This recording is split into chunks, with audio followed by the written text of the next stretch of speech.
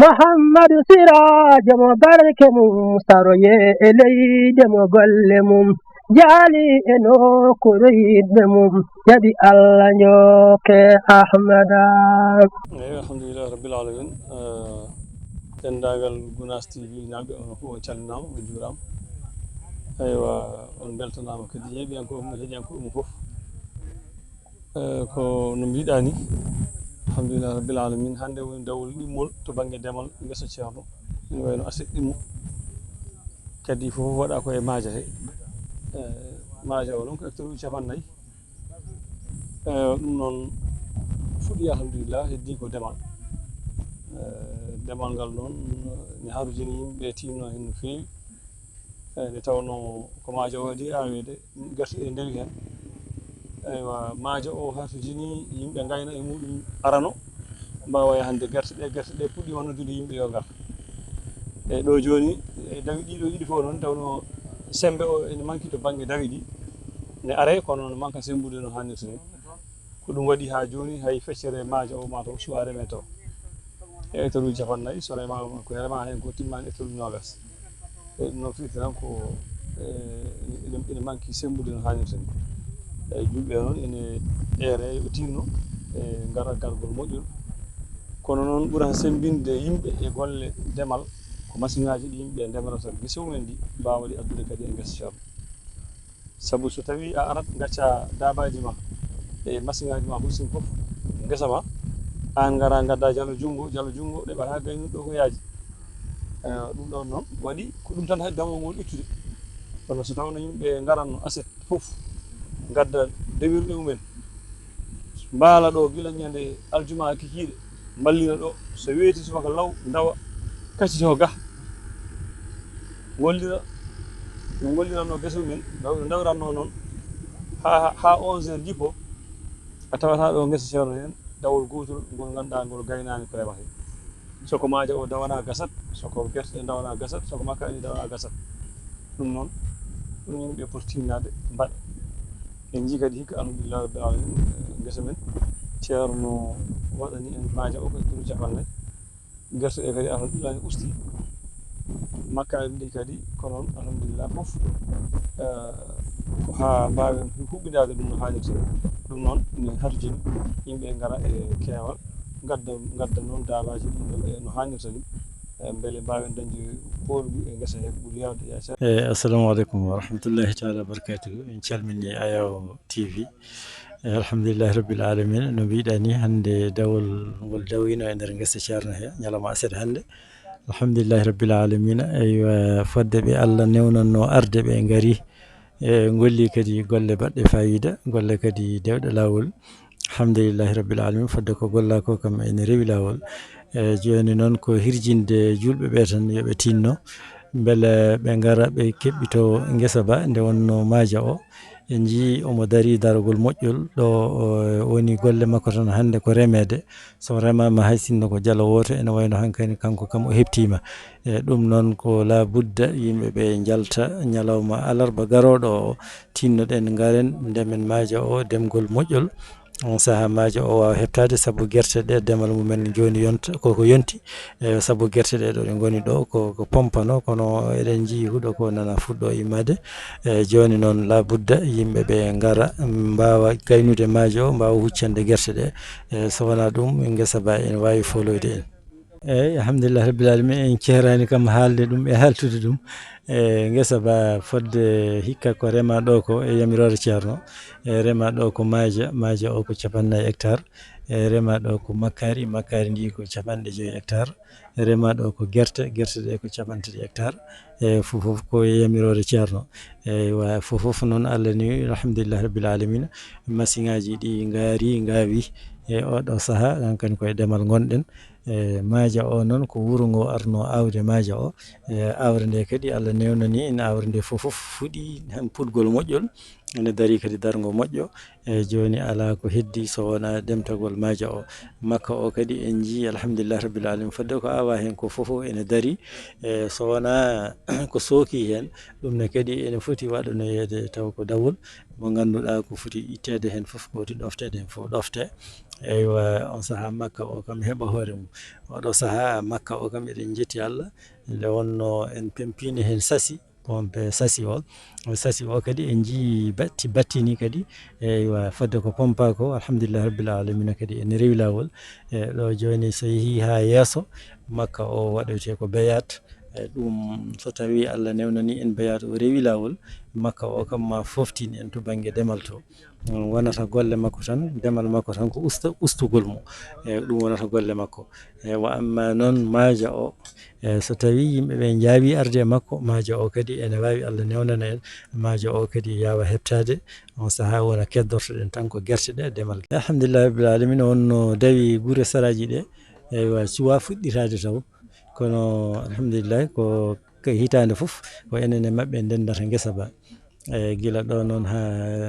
frontiére ha e guure men saraji ɗe kamɓe foof ndungu fo aɓe mbaɗa dawi e nder guesa he ɗin dawi noon cuwa fuɗɗade taw eywa oɗo saaha ko wuuro ngo tan fuɗɗori demal nde wonno guesa men ba aɓa ɗiɓi dadde guese ɗe seeɗa yimɓe hewɓe o saaha goni koye awre guesa ba noon oɗo saaha kañum woni koye natani ko demal awre guesa ba gasi ha laaɓi ala ko heddi inchallah joni ko demal tan woni ko heddani en inchallah jarama. Assalamu aleykum rahmatullahi taala wa barakatuhu. Alhamdulillah rabbil alamin Allah hande woni accet ɗimmo e dawol wa guesa ceerno nde ɗo hitande alhamdulillah rabbil alamin Allah noon hikka ewa yimɓe ne belti gati awre nde gasi adora ko awre maaje etruji 40 rewna hen makkari etruji 50 rewna hen gerte etruji 30 hawri temedere nogas hectare ko ɗo guesa ceerno hikka ko ni foti fakat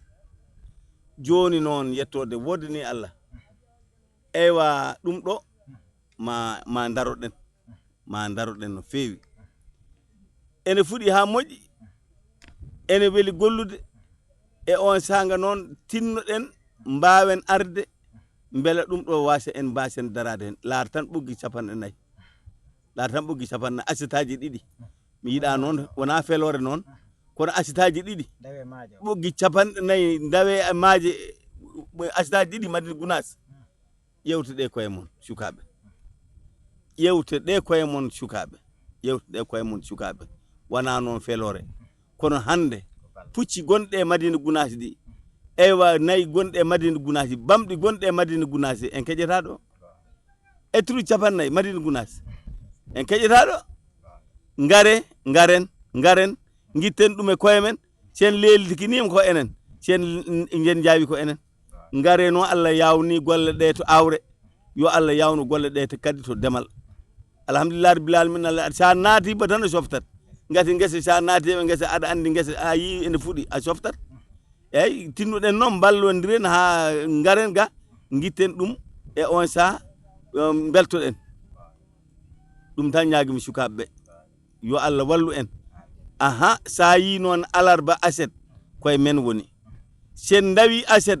hande ɗo en keƴeta ɗo sa en aɗa andi alarba heƴeta ɗon sen gimmimay ɗum en payi makkari en gimmimay ɗum en payi guerte alhamdulillah rabbil alamin ala hen foti folde en eyyi ɗum tan ñaguimi dental Madina Gounass eyyi yo Allah junnan en gurdam ceerno meɗen gande dey onon sukaɓe mbiɗa haalana on oɗo aduna ñirɓiniɗo de oɗo aduna ñirɓiniɗo ndento ɗon ballodire sababude Allah ene laɗo ballodire ne ɗo kala en ballodiri e ɗo ɓernde ceerno ɓuuɓi kala ko aduna o ñirɓini no ñirɓinade fof enen e ñirɓinaki kala no sohli enen eɗen cohliti gandon ɗum jogorɗen ɗum enen ferɓe Madina Gounass enen ferɓe Madina Gounass surtout enen ferɓe Madina Gounass alhamdulillah rabbil alamin Allah ko ɗo de woni yamirore ko ɗo de woni ko mbawɗen waɗande ceerno eywa tawa wiye waɗanama ceerno tawa waɗanani ceerno mbaɗanɗa ko hoorema kala ko mbaɗɗa ɗo mbaɗanɗa ko hoorema alhamdulillah rabbil alamin Allah ayi koye ngol dawol no wayni e ngol hawni ngol lomti ɗo ko aduna o foof ko heɓanno ɗo so dawi ko hande ko kangol heeɓi ɗin baraji andi kay dawde ko fartange eyyi ganda alhamdulillah rabbil alamin Allah miɗen jetta Allah miɗen jetta ceerno moƴƴere Allah hewnde so tawi ari ɗo hay hunde ala fellite aɗa liggo tigi wona aɗa ara ɗo aɗa darta no Saydou Keita ni ala ko a rema tigi inchallah ma yiɗum e karne ma a wonta tampo a wonta was a wonta hay batte laar tan Saydou Keita ala to yeehi alhamdulillah rabbil alamin Allah min de mbimi onon Madina Gounass naaɓe mbimi onon Madina Gounass ngare ligganoɗe ceerno Ahmad Tidiane ceerno ɓerde mum ɓuuɓa on sa ɓerde men ɓuuɓa min ko ɗum tan mbimon allahumma salli ala seydina Muhammad sallim dawol waɗi fayida no fewi ngol waɗi wone no fewi yimɓe kewani ngol kewgol noon kono ɓe takki en becce mabɓe fodde ko ari ko kam ɓe joguinomo pellital yidde gasnude ko woni ɗo ko fof ni eyyi ɓe darima darde yidde gasnude ɗum maraw noon hunde fof no Allah moyiri ɗum eyyi goto fof kadi koye anniya mum e pellital mum kadi neɗɗo ko ganniɗa eko pelliɗa o ne haasi ko ɗum tan keɓata eyyi dental ngal tinnima no fewi eyyi en ñaguima Allah tan yo Allah waɗ jarno tampere eyyi yo Allah yoɓen jobdi moƴƴiri e yoɓa en ko ɓuuri hokka en kadi tinnade kadi wawde jokkidde alhaali o walla wawde rewidade alhaali o ha yetto Allah junnana en gurdam ceerno meɗen en ero dental ngal noon yo ɓeydu tinnade guesa ba ko pellital tigui e seke won lowre wonde ɗo huuɗo ko ɓuuri gawri ndi fayde e ɗum noon ko tinnare e darde sagaraɓe erete kamɓe noddate yoɓe tinno goto fof yo wat guesa ba ko guesa muɗum ko kañum moƴƴinta guesa ba min ko sunnaɗo ko Mahmoudou Ba mbiyeten ko ɗo andirede Baboy jarama assalamu aleykum bandiraɓe tedduɓe hettiyankoɓe men Daka Média on calminama on juurama mi salmini kadi wa RDBG on mbiyama kadi on mbaɗ feere tinnoɗon e dawol guesa ceerno Ba samedi o dokkon ɗum ceerno ganduɗa hoorema ko ceerno jeeyi samedi hay ceeɗu ko ceerno jeeyi saka haalaka e nder ndungu he samedi o mbaɗon feere dokkon ɗumen ceerno yimɓe foof tinno ngara samedi o yimɓe dawa galle mamo kamɓe foof ɓe tinnoɓe ngara hande hay goto e mabɓe dawani ɗo ko yimɓe taton gari ɗo hande e galle mamo yo mbaɗ feere ɓe ngara yimɓe foof tinno asat garowo waɗe dawol mowgol ganduɗa hoorema taw ko payidingol yimɓe ngara gayna maajo o paata e makkari ndi e guerte ɗe on calminama on juurama ko Moussa Kolli ganduɗa hoorema ɓurɗo andirede borom RDBG ko hay ko demal tan huutingaji ganduɗa hoorema yo yimɓe ngar guila huuɗo ko ɓurani ɗumen doole huuɗo ko noko yaltiri e leydi ni min cikkami ko ɗaɗi ko waɗi wona ɗaɗi ganduɗa hoorema taw ko ɗaɗi leɗɗe comme noon huuɗo ko wayi hikka yo yimɓe ngar balla yimɓe pour ndema affaire o gasa lawol gotol guila huuɗo ko ƴoƴani so huuɗo ko ƴoƴi hankkadi ene metti seeɗa eyyi on calminama on Muhammadu Sirajo mo barke mum saroye e leyde mo golle mum jaali e nokkuure yidɓe mum jaɓi Allah njokke Ahmada